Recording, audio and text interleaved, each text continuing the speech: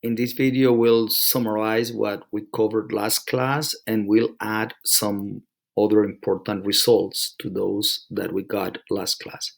So one of those was the sum of the interior angles. So let's see here. The sum of interior angles is always 180 times n minus 2.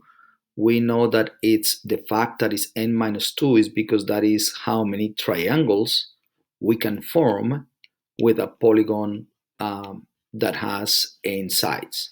So in this particular case, for example, if we got 1, 2, 3, 4, 5, 6, and 7 sides or angles, then we will subtract 2. Again, this is because you can form 1, 2, 3.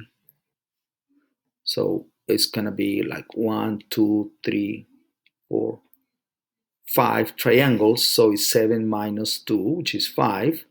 And we multiply that by 180 to get 900 degrees. Okay, so the angles can be all the same, or we can always have like that's what is called a regular pentagon, but we don't have to have a regular pentagon, not pentagon, sorry, but polygon.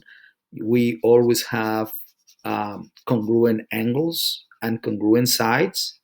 But if we have like any kind of polygon, even if it is not regular, so I'm about to show you here what that looks like, the sum is still going to be like if you were to change that angle a little bit, so that sum does not change. So the sum of these numbers is still 900 because the number of triangles that you can form is still 5, and 5 times 180 equals 900. So the only thing is that if the angles, if they all are congruent, then we have like a result for these so-called regular polygons. Okay, so remember, regular means that you got congruent angles and also you got congruent sides. All right, so knowing that they are all congruent, well, if you know the total in this particular case is 180 times 5 minus 2.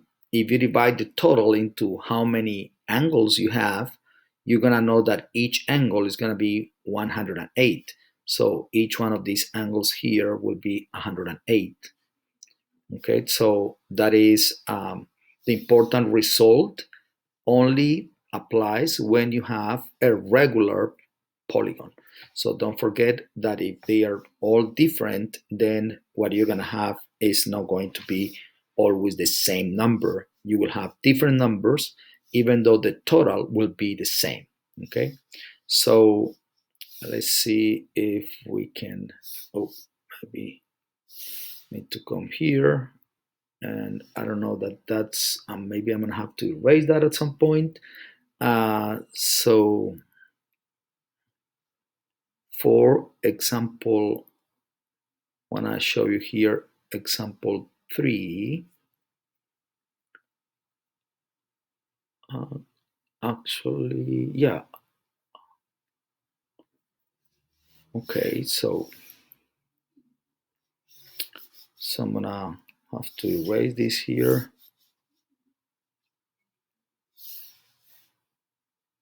Okay,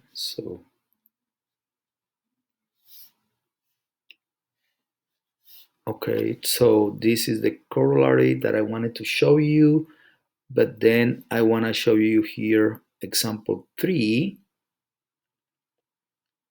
So this was a little bit about what we said towards the end of the class, exterior angles.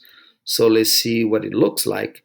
An exterior angle is actually formed by one of the sides right here and one extension of an adjacent or consecutive side, right? So this is I'm gonna try to draw it here. Yeah, so it's gonna be like we are extending this side, and that side forms with that extension form with this side what is called one exterior angle. So let's see. Um, so the sum of those angles we were saying last time is 360. So I want to explain here how we come to that result. At each vertex right here, we got one interior angle and one exterior angle. But those two form what is called a linear pair. So a linear pair is like, two angles right here that form a line. So of course those two add up to 180. And you see that happening here with one exterior angle and one interior angle. So right here, for example, you have this one right here, that angle 1, and you got this angle 2 right there. Let's mark it differently. Those two add up to 180. And how many times 180 you have? Well, you have as many times 180 as the number of sides. So that is why what I'm gonna do is I'm gonna count the total of grand total of 180s. So you will see that is 180 times n, 180 times n right here. But if we were to subtract the sum of the interior angles, and we have a formula to get that, then of course I will be left off with the sum of the exterior angles. And if we do the algebra here, when we multiplied 180 times n, we get negative 180n. And if we multiply negative 180 times negative 2, we get 360. And these two numbers will cancel out because those are a 0. So my grand total is, interestingly, it's 360. So no matter how many sides you have in a polygon, it doesn't matter if it is regular or it is not, you always get a grand total of 360 for the exterior angles, okay? So that's important to notice, exterior. So the sum of the exterior angles do not depend on how many sides or angles you have. The polygon could have 20 angles, 20 sides, and the sum will be always 360. And that is different from the sum of the interior angles, in which it always depends on how many sides you have. You'll have to subtract 2 to find the number of triangles and then multiply by 180. So sometimes we use this result to find the measure of one exterior angle, and knowing that one exterior angle and one interior angle are up to 180, we use that fact to get to answers faster sometimes. So this is now the example 4 that I want to show you here. So let's see if I can get to it quickly enough, because I don't want this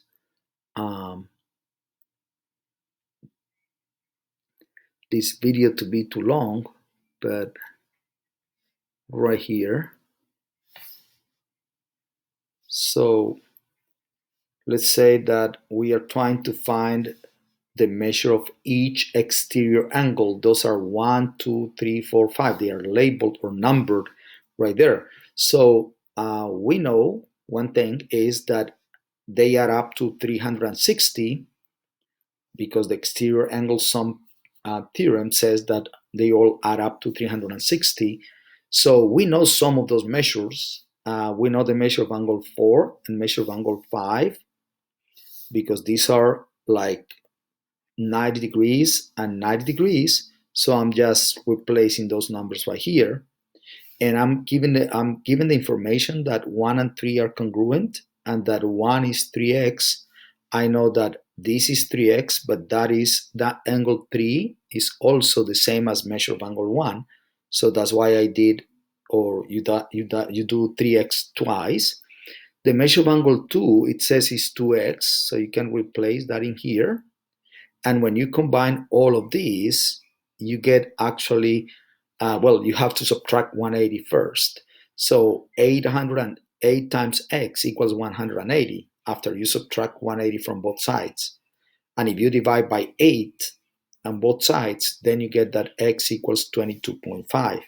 So knowing that, if you replace now that value of x here, you're going to know what the measure of angle 1 is. And if you replace it here, you're going to know what the measure of angle 2 is. And that's exactly what is done there. So the measure of angle 1 is 3x, which is 3 times 22.5, knowing that is 22.5. So you got the answer for measure of angle 1. Measure of angle 2 is just 2 times 22.5. That's the answer. The calculator will tell you that number.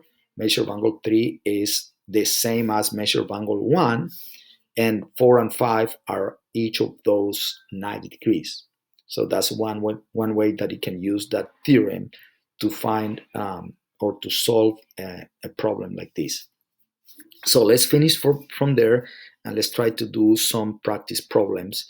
And if I will be